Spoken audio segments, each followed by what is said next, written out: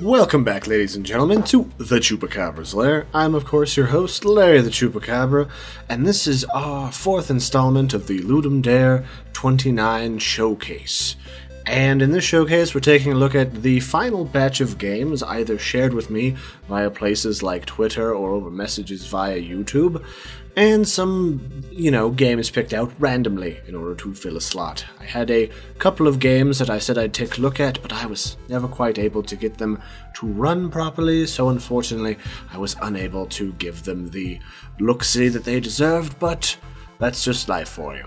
And I would remind everybody that we have under 20-ish hours before the finalists for the event are selected as winners in the different categories of grading scales that you can see in the rules or the fact page. So make sure that if you haven't voted and you still have a few games that you really enjoyed and want to give a rating for, go ahead and do that. It would mean a whole bunch to the authors and give them a chance at winning sweet, delicious glory, and we'll go ahead and get on started.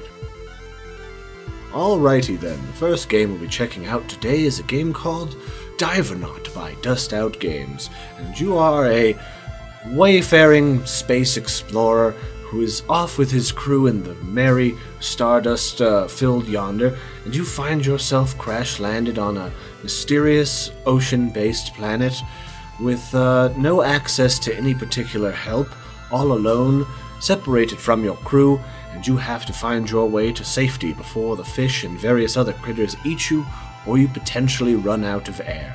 So our mission, then, is to wander through these lovely forests of kelp and squid and jellyfish and regular green fish that are just a little bit peckish, in order to reach our ship so that we can get repressurized and either go to the surface or get the hell off of this oceanic rock. So, in order to do this, we wander out into the fields and we discover some old discarded depth charges. Well, those might come a bit in handy, especially because I understand that fish have a tendency to be a little bit allergic to sudden and intense explosions on their scaly, fishy skin. So we take the depth charges and we go exploring, and we eventually find our way to a cave. And in this cave is a wondrous expanse of endless caverns and, well, more frickin' jellyfish. So we've got to go through here and perhaps find something that might be helpful to us so that we can get a little bit further on towards getting ourselves to safety. But what is this? Another set of nasty rocks blocking our path, and a giant squid. Oh, Captain Ahab, if you only knew what lied beneath the deeps. So you have to fight off this gigantic squid before he murders you and your 3 little bubbles of health with nothing but a handful of short-range explosives and your wits. Which, as it turns out, is pretty simple because, well, squid are hungry and you're made of delicious meat. And once you find your way through there is a lovely sand pillar, and your crewmate, wittily and craftily and just a tad bit sarcastic, implies that perhaps it's not the best idea to blow up a load-bearing sand pillar in the middle of a cavern in which you find yourself not able to escape immediately. But, adventures weren't made on caution, so let's blow that sucker up. And Shasta, something has happened, but what could it be? Then we return to the surface, and lo and behold, another set of rocks barring our path to adventure have been removed. And so that's the sort of idea behind Divernaut. You sort of progress and find new weapons to use against your fishy foes, blow stuff up to clear your way to your safety and your pals, and hopefully off into the sunset to a cozy day not underwater. And I think that's a decent sort of mixture for a game. It gives you sort of a threat of drowning, this imminent doom, and then you've got the constant threat of fish that want to eat you, either jellyfish or regular fish or gigantic squids. So that's a good starter there. And then you've got a few different scattered weapons that you need to go about your business, because you can't just fisticuff fight with these giant fish. And there's a very simple mechanic barring your path that's, once you get into the swing of things and see how it's removed, can kind of begin to strategically decide how to get around and kill things.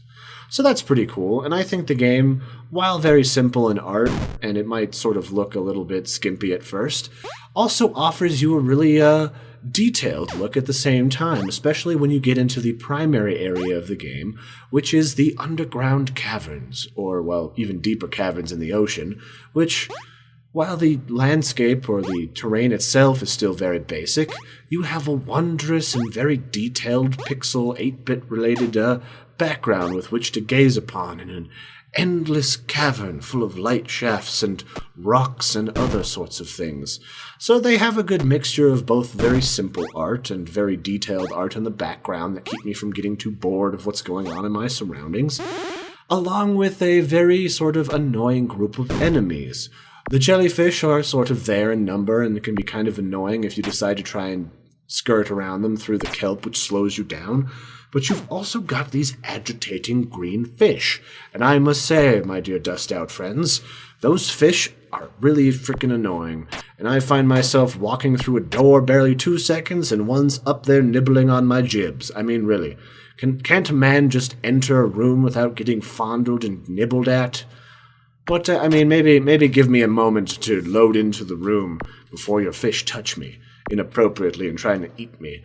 That's about one of the few things that I found a little bit wonky about the game that you might want to tweak, along with some of the jumping mechanics, because I found it something about the physics of the jumping a little bit hard to judge when fighting things like the squid, which is why he popped my diving helmet, because he's sort of a feisty little guy.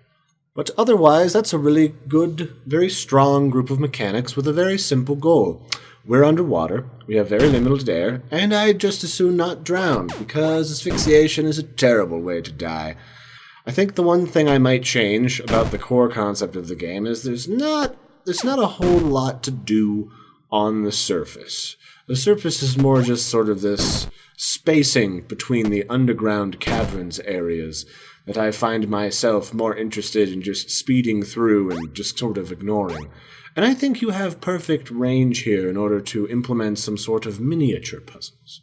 But otherwise, it's a fantastic game. You gents did a wonderful job, and I hope you keep up the good work. After Divernaut, we have a lovely game called Alien Lobotomy by Soup with Bits. And this is a very sort of simple puzzle strategy game. Well, maybe not so simple if you're not so familiar with sort of mathy-based side puzzle games, but the idea is you're an evil invading alien force, and rather than blow up the planet, because, well, that's just terrible for its market resale value, we just as soon mind control the inhabitants using some sort of mind-probing lobotomy trick. And in order to do this, we have to rearrange the neurons in these pisky human brains so that they obey us instead of trying to do that weird free will thing they're all so crazy about. And so in order to do this, we just have to make sure that all of the cells that we are presented with can connect in some form, and their sort of number range sits within the number range presented to us at the top of the screen. Now, on the surface, this seems pretty easy. I mean, it's all very straightforward. There's no hidden mechanics that they're trying to surprise you with, or weird little buff cells that come up later. But the thing that sort of threw me for a loop was how the numbers sort of interact with each other based upon a very, what would I describe it as? Sort of skimpy tutorial level that kind of gives you a heads up on how the mechanics work. And so you notice that all of your numbers, as you connect these cells, are on the lower side.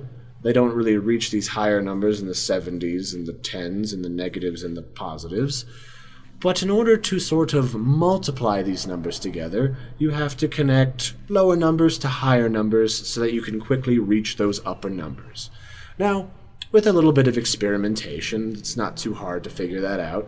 But I think it's one of those things that maybe throw that information into the tutorial level, since the tutorial level is there, just so that I can quickly just jump in there and get straight to mind-controlling myself a slave race to go about my business taking over and conquering the galaxy. But otherwise, it's pretty simplistic. You have a target, sort of range, depending on what country or continent you decide to invade. Usually it's something on the high side, but sometimes you have to wedge a razor-thin line of between -3 and -15 when you end up going and jumping outwards to -53. So you have to play a cutesy little game of division and multiplication in order to make sure all the cells combine without fizzling out the brain of your subject. Because, well, it's certainly useful to have an entire country of people lobotomized so that they can't move and they just drool all day, but who's going to construct my massive victory statues if they're all drooling and can't pick up a fork? I mean, really. So in order to tell that you're doing your job correctly, all of your cells must glow blue. And if they're not glowing blue and your screen is starting to fade, that means you're on the wrong track and your subject or you yourself are about to black out and lose connection. So it's not a complicated game, but there's enough interaction of mechanics here, just in the multiplication and division of numbers while you're connecting neurons together, to keep things interesting and to provide a little bit of a challenge. So I really dig that, and this is sort of a game that I've played before where you sort of infect cells with like viruses or bacterium, and it doesn't take a lot of time, but I'm always a fan of a nice brain teaser now and again to sort of break up the more mundane games that are all about jumping on platforms and saving princesses. I mean, who does that anymore? It's so mainstream and cliche. So very nice job, gentlemen. I really dig the artwork. There's nothing too fantastic going on, but you did a nice job making everything look like a cell that's slooshing together. Maybe add a background of little neurons firing in the side of a brain, or maybe an alien lobotomy laser, and I think you've got a good mixture there. And hey, maybe at the end give me an animation of my alien minions landing and setting up my galactic empire. Otherwise, great job. See you again next time. Alrighty, after Alien of Lobotomy, we have a game called Infection by the Infection team. And in this particular game, we have to go beneath the surface of this strange man-patient hospital person's skin in order to fight off various infections in a strange, goopy, juicy cellular environment. And as we enter the game, we find ourselves almost like some sort of Magnum PI of the body world. Almost like we're some sort of Osmosis Jones-related character, off on our own, fighting off hordes of merciless, infectious bacterial thugs that want to invade our lovely city/body and start touching stuff and getting slime in all of our valuables in our kitchen and in our living room, and we just can't have that. So in order to do that, we go with our little ectoplasmic pistol and just start laying into these suckers. But eventually we start running out of ammo. And the first time I played around with this, I didn't see the tooltip, or it just didn't pop up for me, and I didn't realize that you could purchase upgrades by hitting the spacebar. So I eventually found myself with nothing but my fists, pounding away at these cellular beasts until they murdered me.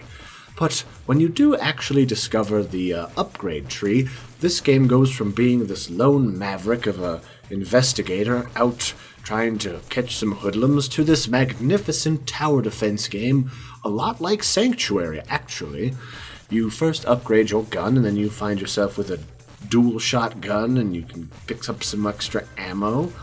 But then after you pick up a gun and upgrade a little bit, you also notice you have access to some ectoplasmic, cellular obliterating towers that defend the weird insides of this strange patient.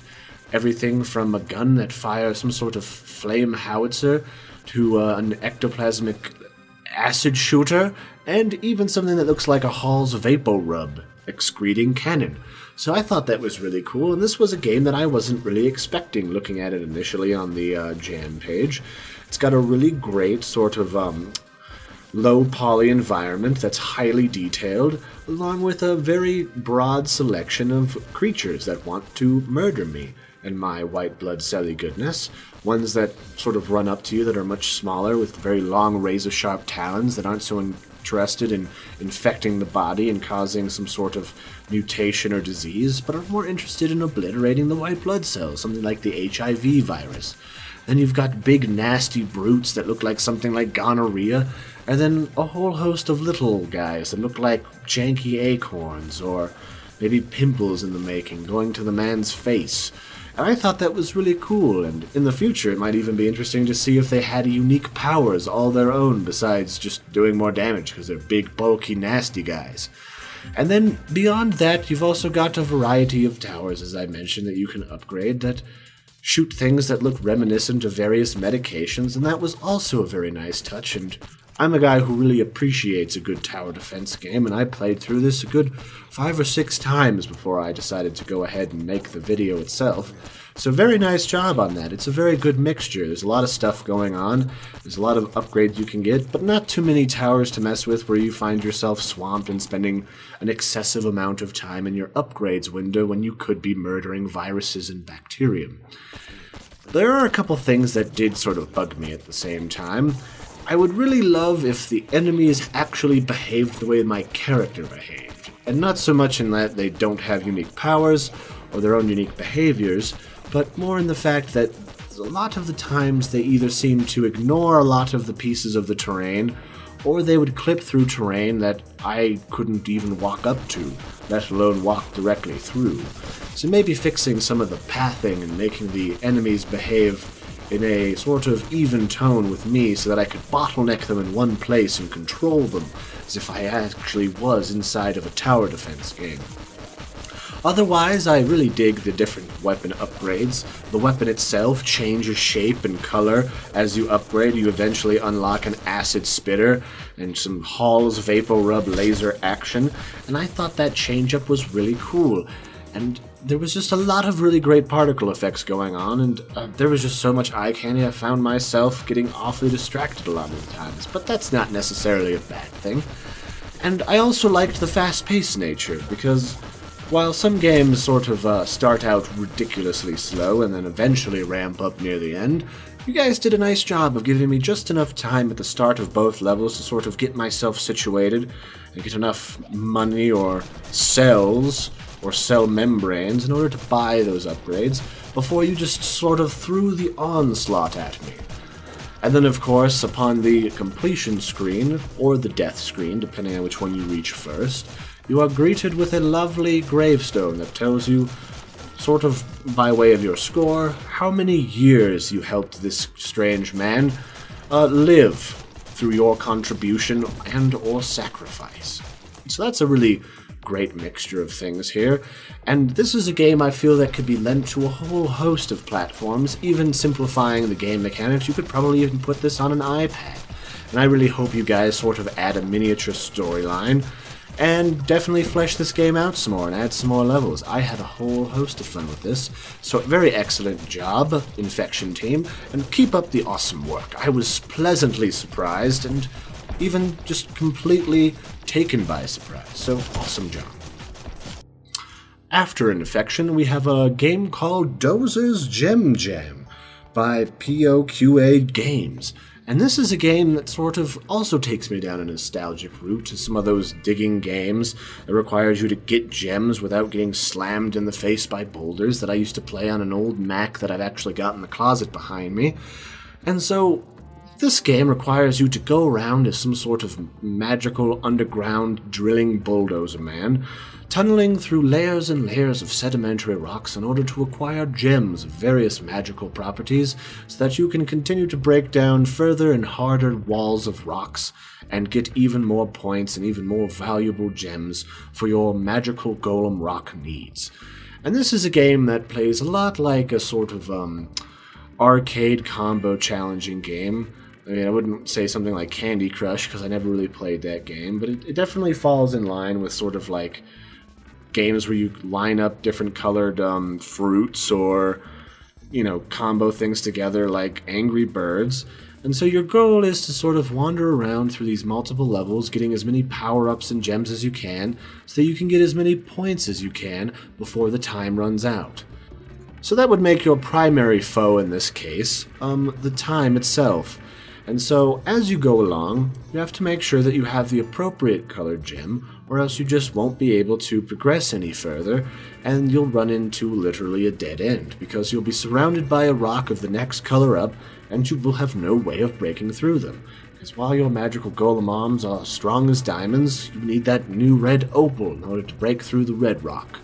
So that's pretty simple, correlating gems and rock types that you have to sort of quickly gear up and find new items in order to progress to the next stage in the game relatively quickly.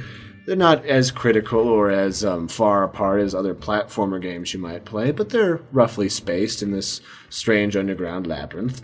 And periodically, if you gain enough of the right type of gem together in a quick enough fashion, you will also get a power-up that turbocharges your drilling capabilities so that you can rip through the tunnel and get even more rocks. Pretty simple and straightforward. But I had a couple of issues that I ran into that kind of confused me a little bit.